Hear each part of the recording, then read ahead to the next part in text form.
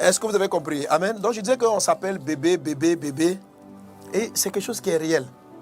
Et je pense que cette expression-là doit venir de l'esprit. Ok? Ça veut dire que comme on arrive à avoir un même mot, Sandrine l'a expliqué dans son témoignage, et c'est que toutes les mères sont d'accord avec, tous les parents sont d'accord avec cela. C'est quoi? C'est de l'observation. Et c'est de l'écoute. C'est l'observer. Au départ, on ne sait pas trop ce qu'il veut. Il a dit, on ne sait pas pourquoi il pleure. On dit, mais pourquoi il pleure? Pourquoi est-ce qu'il se plaint? Et quand il rit, on est tous contents, on en profite, on essaie de voir qu'est-ce qui lui fait plaisir et puis on maximise. Mais quand il pleure, on essaie de décoder. Quand ta femme, ta fiancée pleure, elle est en train de bouder, ou ton fiancé est en train de bouder, il faut prendre le temps pour essayer de décoder. Il ne faut pas faire des palabres pour dire, je ne vois pas qu'est-ce que j'ai fait. Parce que l'enfant, là, tu lui as rien fait. Ton bébé, là, tout ce que tu fais, là, c'est pour son bien. Donc, et puis, eux commencent, waouh, donc tu ne te mets pas en train de te dire, mais il est trop compliqué, ce bébé, on ne le comprend pas. Non, tu te mets en mode, c'est un bébé, je dois décoder. C'est comme ça que le langage commence à s'établir. Et cette étape-là, elle est véritable dans la foi chrétienne. Vous savez, l'apôtre Paul dit, parlant à l'église de Laodicée, une chose que j'ai comprise avec la maturité spirituelle, c'est que tout ce qui commence toujours enfant pour devenir adulte. Yes. Un mariage, même si vous avez été fiancé pendant 20 ans, le jour où vous faites le mariage, vous avez mis la lance là.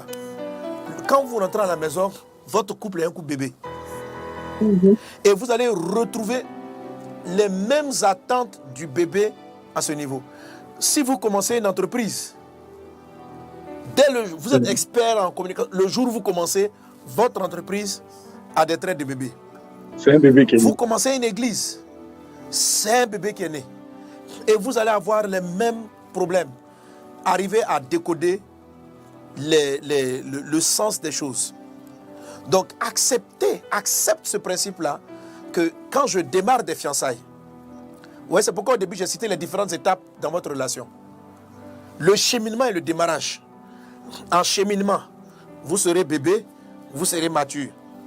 En fiançailles, vous serez bébé, vous serez mature. Le jour où vous partez à la mairie et qu'on bénit votre mariage et que vous rentrez à la maison ensemble, bébé, vous venez d'enfanter un bébé. Et la même problématique devrait être traitée à nouveau. C'est-à-dire, s'entendre. Quand vous étiez cheminant, vous avez trouvé par votre code d'entente, ça fait que vous êtes devenus des amis. Quand vous êtes dans les fiançailles, vous avez commencé à traiter des problèmes relatifs à des mariés. Entre autres, comment on va gérer nos finances, mais vous pouvez vous battre pour ça là. La chair va faire des palabres ici. Mais vous devez prendre le temps, comme avec un bébé. Pourquoi un bébé pleure? Parce qu'un bébé est charnel. L'apôtre Paul dit, vous êtes des enfants, vous êtes charnel. Parce que tout enfant est charnel. Tout enfant est charnel. 1 Corinthiens chapitre 3, il dit, vous êtes encore au lait, vous êtes des enfants, vous êtes charnel. Parce que tout enfant est charnel. Ça veut dire qu'un enfant n'est pas soumis à la volonté de l'esprit, mais il est plutôt dépendant de ses désirs de la chair. Et tout foyer, donc, vous pouvez rater totalement votre mariage parce que vous n'acceptez pas le fait qu'il soit tout simplement un bébé qui a des caprices. Et les caprices peuvent vous énerver au point où vous allez rater totalement votre mariage. Ok? Donc il faut accepter l'étape du bébé et puis décoder selon les conseils de maman Sandrine. Écoutez, donnez un peu d'eau. Ta femme te boude, tu dis, elle cherche quoi, moi? Elle me boude pourquoi? Et tu viens, vous êtes là, au dehors dans la maison, elle est froide. Et elle est fâchée pourquoi? Tu lui demandes, chérie, il y a quoi? Elle ne te répond pas. C'est bébé qui est là, c'est bébé. Encore, hier, il n'y a même pas 10 minutes, on riait. Un coup, elle est fâchée. Mais ça, elle peut se fâcher parce que l'habitude, quoi, la chair est jalouse. Elle peut te bouder parce qu'elle a vu une soeur qui t'a trop regardé. Ou mais tu es resté. Tu es resté 5 minutes au culte là. Vous avez causé. Tu as fait 5 minutes de plus. Pendant qu'elle t'attendait. Elle t'attendait à la voiture. Et puis tu as resté 5 minutes avec une soeur. Et quand c'est elle là, tu souris bien avec elle. Et puis tu as souri. Donc quand tu reviens comme ça, en même temps la chair parle. c'est qu'un fiancé, il s'occupe pas de sa fiancée, ça. Hey. C'est que la chair. Tout ça, c'est bébé. Toi aussi, il ne faut pas te fâcher. Il faut observer. Et puis, elle ne va pas te dire la raison. Parce qu'un bébé, c'est pas s'exprimer.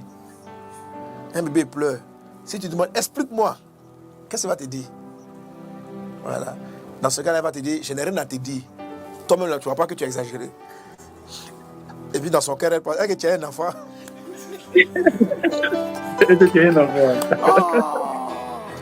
Donc, ouais, ça, la chair nous fatigue. Donc, dans les faisans, vous devez lutter contre ça. Et puis après, vous avez maintenant la malédiction de Babel, qui fait qu'on a des langages, ce qu'on va appeler le langage de l'homme et de la femme dans le foyer. Voilà, les différents langages. OK? Alors, je vais revenir au couple Vaz-Fernandez. Voilà, comment ils ont géré les palabres de mots. Et après ça, maintenant, je vais tomber sur le charme. Donc, papa, je réalise vraiment que c'est parce qu'on était à l'étape d'enfant dès le départ que ma femme m'a présenté des plaintes. Donc, je vais la laisser parler. D'accord. Pendant les fiançailles, vraiment, tout se passait bien. On a vraiment appris à se connaître et on est rentré dans le mariage. Quand on est rentré dans le mariage, quelques mois après, parce que moi, je ne travaillais pas, donc quelques mois après, je me suis rendu compte de certaines attitudes que mon mari avait. Et j'ai réalisé en fait que j'avais des attentes et ces attentes-là n'étaient pas satisfaites. Donc un jour, j'ai pris mon calepin et j'ai écrit tous les reproches que je lui faisais. Vraiment, c'était une si longue lettre. Un livre. C'était une si longue lettre. Et un soir, quand il est arrivé, je lui ai dit, ah, mon chéri, il faut qu'on parle. Et on est rentré dans la chambre et je lui ai présenté un peu toutes les plaintes que j'avais parce que je me plaignais. C'est vrai qu'on sortait ensemble, mais je trouvais qu'on ne sortait pas assez. Je trouvais qu'on n'avait pas assez de moments de qualité. Je trouvais qu'il ne me faisait pas assez de cadeaux. En tout cas, il y avait plein de choses que j'avais observées et qui ne me satisfaisaient pas. Et donc, quand j'ai fini de lui parler, il est resté d'abord muet. Donc, je vais lui passer la suite. En fait, papa, quand on s'est assis et puis elle a présenté, en tout cas, son fameux livre, là, très honnêtement, moi, je ne comprenais pas ce qu'elle dit. C'était un vrai livre. Mais bon. En tout cas, ça fait au moins, dans mon calepin, j'ai fait au moins 3 pages, 4 pages, hein, de plaintes vraiment dans les détails même. En fait, ma chère m'avait convaincu que moi, j'étais un bon homme. C'est-à-dire qu'on dit mari, là. Moi, j'ai un fils du pasteur Mohamed Sanogo. J'ai les enseignements sur la famille, ce sont des choses qu'on sait. Donc, je ne sais pas ce qu'elle me reproche, ça, je ne comprends pas.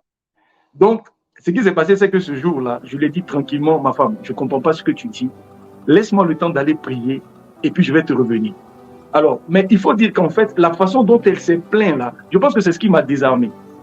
Papa, moi, je rentre le soir à la maison et ma femme, elle me dit qu'elle veut me parler. Elle me dit qu'elle veut me parler. J'ouvre, donc on rentre dans la chambre. Et quand on ouvre la porte de la chambre, elle a mis des pétales de fleurs par terre. Elle a mis des pétales de fleurs aussi sur le lit. Wow. Donc, moi, en rentrant là, j'ai dit, ah, les choses sérieuses vont avoir lieu. Ça, c'est une fortification. Elle dit non, mais asseyons-nous d'abord par terre qu'on va parler. Et puis là, maintenant, elle me déroule son fameux livre. Donc, papa, entre la fortification et les plaintes, là, je ne sais pas trop bien comment marcher. J'ai vraiment pris du recul. Et puis bon, la même nuit, là, je suis allé voir le Seigneur et j'ai prié. Mais je suis rentré dans la prière en mode plainte.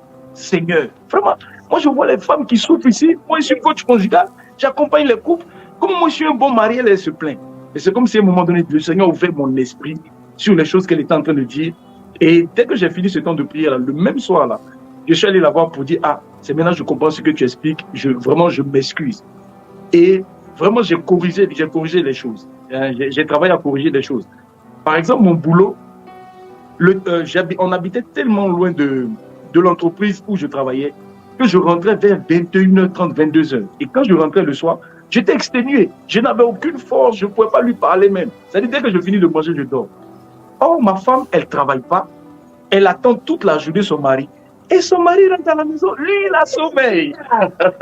Donc, j'ai compris vraiment ces plaintes-là et j'ai décidé de rectifier les choses. Par exemple, entre midi et 2, Maintenant, j'ai appris à faire ne serait-ce que 15 ou 20 minutes de somme. Je dors un peu. Ça me permettait de tenir un peu plus longtemps. Et puis, bien évidemment, on a lu les livres sur les langages d'amour. Bon, le travail a commencé. Le travail a commencé. Donc, voilà un peu notre histoire. Donc, je pense que ma chair n'a pas parlé à cause de l'environnement là qu'elle a créé à la maison. C'est ça même exactement. Tu as tout trouvé. Sandrine, tu as appliqué l'onction, le charme. Je crois que tu as dû prier et puis le Saint-Esprit t'a donné une orientation. C'est ça même, c'est ça.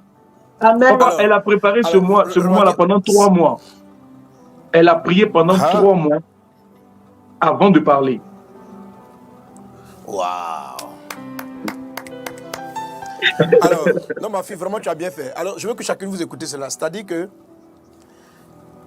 dans l'attitude de son mari, des choses lui faisaient mal.